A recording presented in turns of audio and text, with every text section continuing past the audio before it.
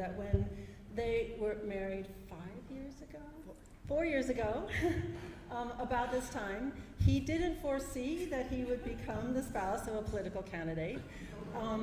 And that is not an easy thing to do. And in particular, as women candidates, we're told that we have to, the men bring their spouses and they support them and they're visible and they're public and it's all great and grand. For the women candidates, you have to walk this fine line because you're told that if, you have to stand boldly on your own to prove you're strong. But I gotta tell you, this is a powerhouse political couple.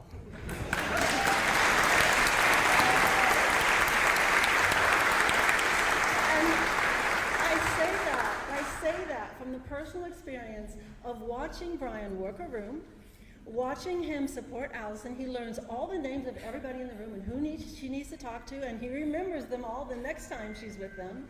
And just the incredible strength that it took to support her through all of this. I'll tell you one other quick story. I was at an event. People are now often confusing me with Allison, and they come up and say I'm Allison. I don't disabuse them, whatever.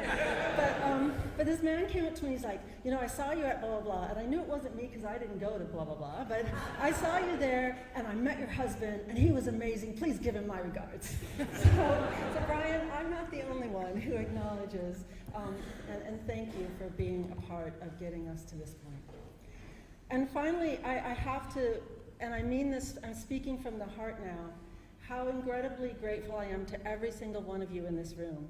We are at a moment in our democracy where it takes everyone standing up and standing strong for the principles that every vote should count and count equally. That's what I've devoted my career to, and for most of that career it was about finding the right structures, but we're now in a different era. We're at a time, and I wish I could say it was all over today, but we are in a time when it's going to take each one of us standing up. And sometimes that means it's hard work, sometimes that means it's at risk to us, and it's a really challenging moment. And each one of you, in all the ways that you supported Justice Riggs in her campaign, each one of you did that. You stood up and you said, our democracy matters, we're not going to stand by and see legitimate votes be thrown out. And so I just have to say how incredibly grateful I am to you and to caution you that it's not over. So I'm going to need you to keep doing that until we get to a point where we have courts and legislatures and institutions that also live out those principles. But today we are here to celebrate and to acknowledge and to recognize and to swear an oath of office to this amazing woman who I know will continue to be an incredibly great justice. And again, I'm speaking from personal experience here. When I first met Allison in 2009 and saw how she came to the work of protecting our democracy by working on redistricting, training communities about how to be engaged in redistricting, the way that she jumped in with passion and heart and brilliance and understanding to make it possible for local communities to impact how their boundaries and districts were drawn. And then to see how she grew as a lawyer, how she ultimately argued twice in the US Supreme Court at a time, early on in her career, the courage and heart that it took to do that, the hard work, the sharp elbows she had to have sometimes, because when there's a Supreme Court argument, everybody wants to argue, and it takes a lot of strength to be able to follow through on that path. And then to see what she's done on the court. She is a brilliant jurist. She finds the issues I miss. We don't always agree, but that's because we have the courage of our convictions. We understand deliberation. We can toss ideas off of each other. I'm so grateful to each one of you for bringing her back, because I just couldn't survive the next 2 years of that.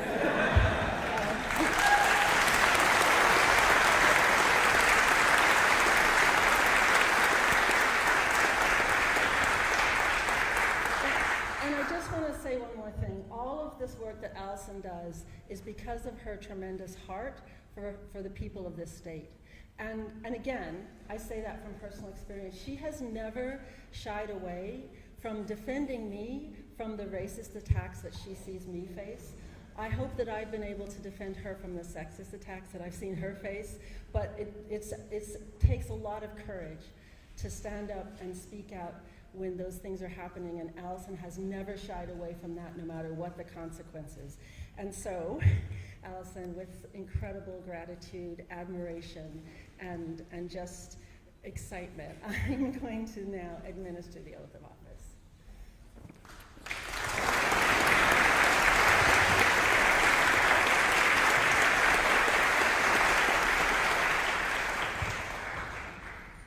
You place your left hand on the Bible and raise your right hand and repeat after me. I, Allison Riggs, I, Allison Riggs, do solemnly swear that I will support the Constitution of the United States. that I will support the Constitution of the United States. So help me God. So help me God.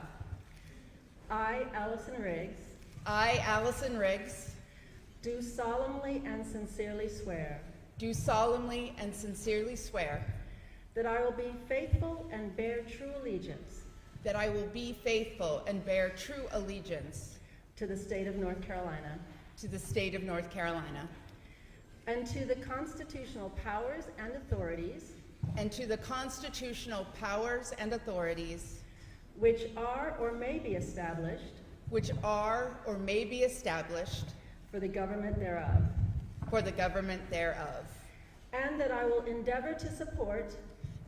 will endeavor to support,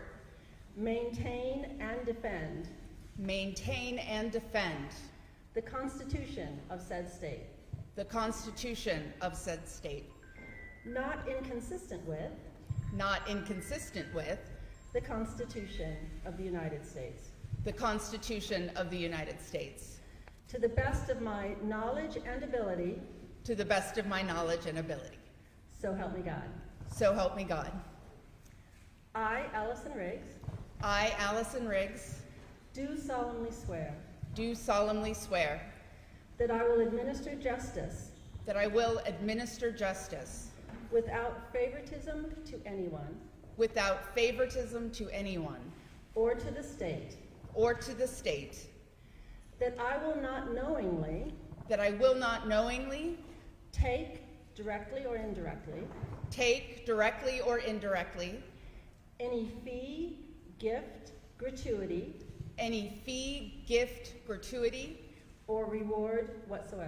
or reward whatsoever, for any matter or thing done by me or to be done by me by virtue of my office, except the salary and allowances by law provided, and that I will faithfully and impartially discharge all the duties of Associate Justice of the Supreme Court of the North Carolina General Court of Justice to the best of my ability and understanding, and consistent with the Constitution and laws of the state, so help me God. So help me God.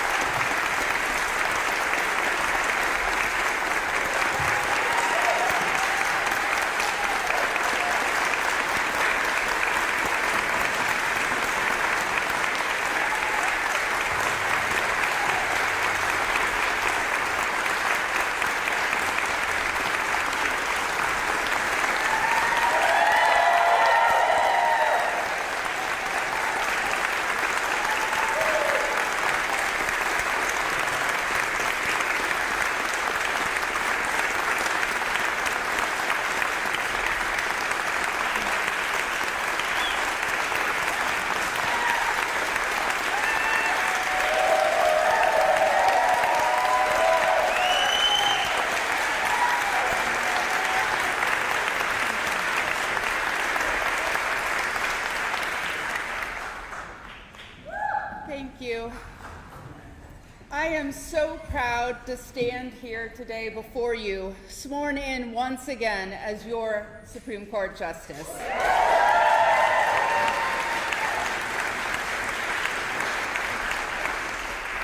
Thank you so much for being here today. Just so everyone knows, the formal investiture will be next month, so we will have ample time for further celebrations, ample time for me to thank all of the many people who got me here, even if it takes 734 minutes.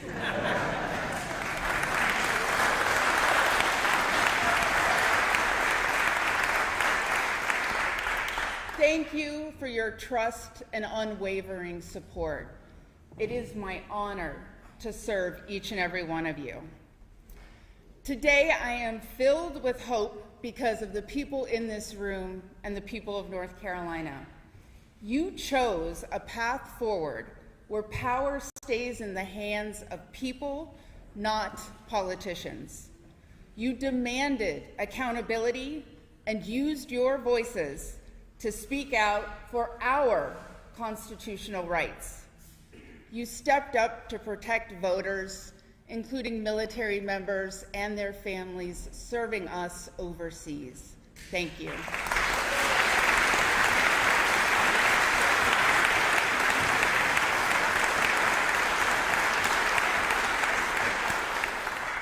I'm going to use these brief remarks to express my gratitude, but also my commitment to the voters of North Carolina. In the last 6 months of this fight, many of you thanked me for my commitment and energy in this fight. It was never an option for me to give anything less. I learned from the people who fought, bled, and died for the right to have a democracy where we all get to be heard. And the reason I was able to stand resolute, not discouraged and not intimidated, was because I knew that I stood arm in arm with you, protecting that precious fundamental right to vote. We won this election more than 6 months ago.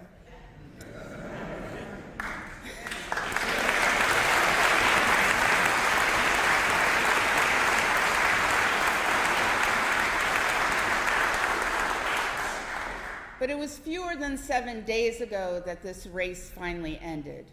That's more than 180 days after Election Day, nearly $2 million spent, more than 68,000 voters' lawful votes put at risk, taxpayer time and resources wasted, immeasurable damage done to our democracy. While I am forever inspired by the commitment of North Carolinians to protect our rights, it doesn't have to be this way. Voters should not have to fight tooth and nail to have their lawful votes counted. Disappointed politicians should not use courts to try and get a different election outcome. We have before and may continue to see efforts to undermine our rights and our democracy.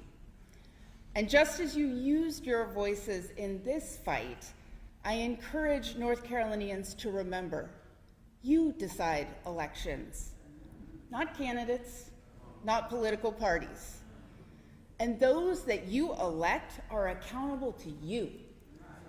It is crucial for you to use your precious right to vote to elect candidates and especially judges who will put the Constitution, the rule of law, and their solemn oath above their own personal political ambitions and ideologies.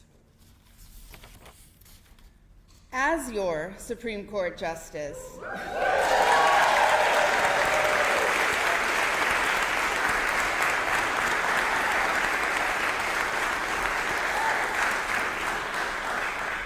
it is the honor of my life to serve you, and my promise to you is that I will serve all North Carolinians regardless of whether they voted for me.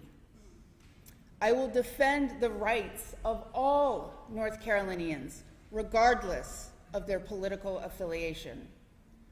I will uphold the rule of law and the Constitution without fear or favor. And I will always, always stand up for your rights and freedoms. Thank you.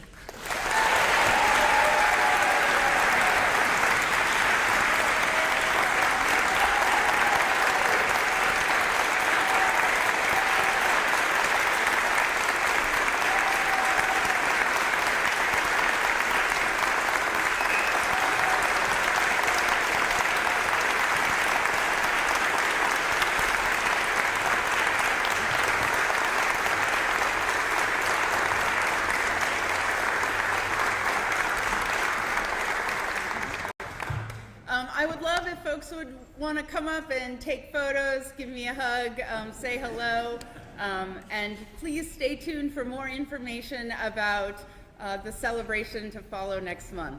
Thank you. Justice Briggs will stay here.